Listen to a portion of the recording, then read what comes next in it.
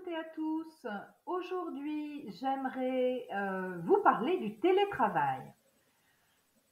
Alors, lors de la signature de notre contrat de travail, il peut être intéressant ou non de parler de télétravail et de savoir quelles en sont les conditions. Donc, je vous propose que nous réfléchissions ensemble sur le fait que le télétravail peut ou non être favorable au collaborateur ou à la collaboratrice.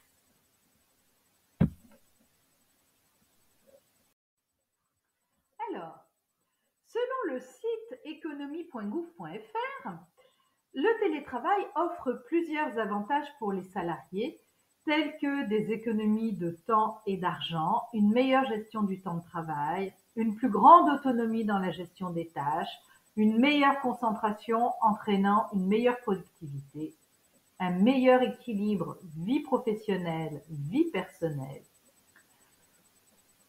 On peut aussi considérer qu'on peut mieux gérer son horaire, réduire ses dépenses quotidiennes, réduire le stress lié au transport, avoir un cadre de vie agréable, un sentiment de liberté, une autonomie, une gestion de ses temps de repos, une flexibilité dans l'organisation de son temps de travail et la possibilité de prendre du temps pour soi et de contribuer à son épanouissement professionnel et personnel. Alors, même si les avantages du télétravail sont également liés à la santé et au bien-être, à la réduction de l'empreinte carbone, à la diversité, éventuellement, des opportunités professionnelles. Pour certains, le télétravail peut permettre la fidélisation, l'engagement, la satisfaction et la motivation. Mais voilà, si on reprend tout ce qui a été dit auparavant, économie de temps et d'argent. Alors oui, on peut considérer que le télétravail nous permet d'économiser le temps de transport, d'économiser l'argent du repas à l'extérieur et l'argent du transport, mais tout dépend de nos conditions de logement. Parce que si nous sommes dans un logement précaire, voire même dans un logement qui est une passoire énergétique, le fait de passer tout son temps chez soi, eh bien, va augmenter considérablement la note de chauffage l'hiver, voire de climatisation l'été de canicule. Il faut aussi considérer que les conditions de travail peuvent être complètement dérangeantes si nous sommes dans un 20 mètres carrés que nous partageons avec notre compagnon ou notre compagne, lui aussi ou elle aussi en télétravail, avec les animaux, avec les enfants. Bref, ça peut vite devenir un enfer. On se souvient des conditions de confinement en 2020 qui ont provoqué un nombre de divorces incroyable, un nombre de burn-out incroyable. Et donc, il est extrêmement important lorsqu'on est un dirigeant d'entreprise ou un DRH de s'intéresser aux conditions de logement de nos salariés en télétravail.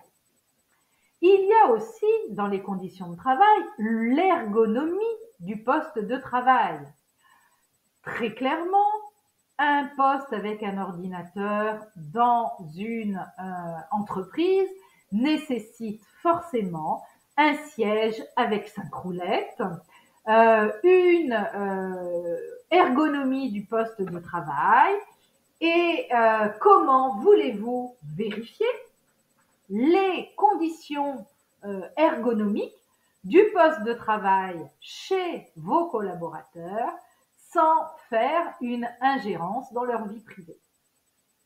Donc le télétravail, c'est vraiment quelque chose qui doit se négocier individuellement et non pas collectivement. Je rajouterai que selon le modèle de l'approche neurocognitive, en fonction des différents biotypes, il y a certaines personnalités qui sont ravies d'être autonomes, d'être seules et d'être dans leur grotte, dans leur chez elles, et d'autres qui sont complètement paniquées si elles se retrouvent en totale autonomie. Là encore, il est bon de s'intéresser à ces salariés et de leur poser clairement les conditions du télétravail et de leur motivation. Autre chose, le télétravail est une source d'autonomie, certes, à condition de ne pas se sentir sous contrôle permanent. Or, certains hiérarchiques sont plutôt enclins à surcontrôler les collaborateurs en télétravail. Je vais m'arrêter là pour cette première vidéo sur le télétravail. Nous avons encore beaucoup de choses à en dire. N'hésitez pas à commenter, à poser vos questions de façon à ce que je puisse préciser dans d'autres vidéos les conditions du télétravail. Si cet enregistrement vous a plu, si cette vidéo vous a plu, n'hésitez pas à vous abonner, à nous soutenir, à liker. Vous pouvez aller sur notre Tipeee pour soutenir la chaîne. Vous verrez qu'il y a des cadeaux fort intéressants. Vous pouvez aussi, bien évidemment, commenter sous la vidéo, me contacter sur ma chaîne Telegram à Cille de Rochefort ou m'envoyer des mails à cillederochefort@gmail.com. Pour ceux qui ne me connaissent pas encore, qui sont venus par hasard sur cette chaîne, eh bien, je suis une ancienne DRH. J'ai vu toutes les fonctions des ressources humaines, que ce soit en formation, mais aussi en coaching et en accompagnement en reconversion professionnelle. N'hésitez pas à me contacter si vous êtes au bord du burn-out, si vous vous posez des questions sur votre orientation professionnelle. J'ai accompagné plus de 3000 personnes dans des reconversions originales. Alors, à très bientôt sur la chaîne et d'ici là, bonne rentrée!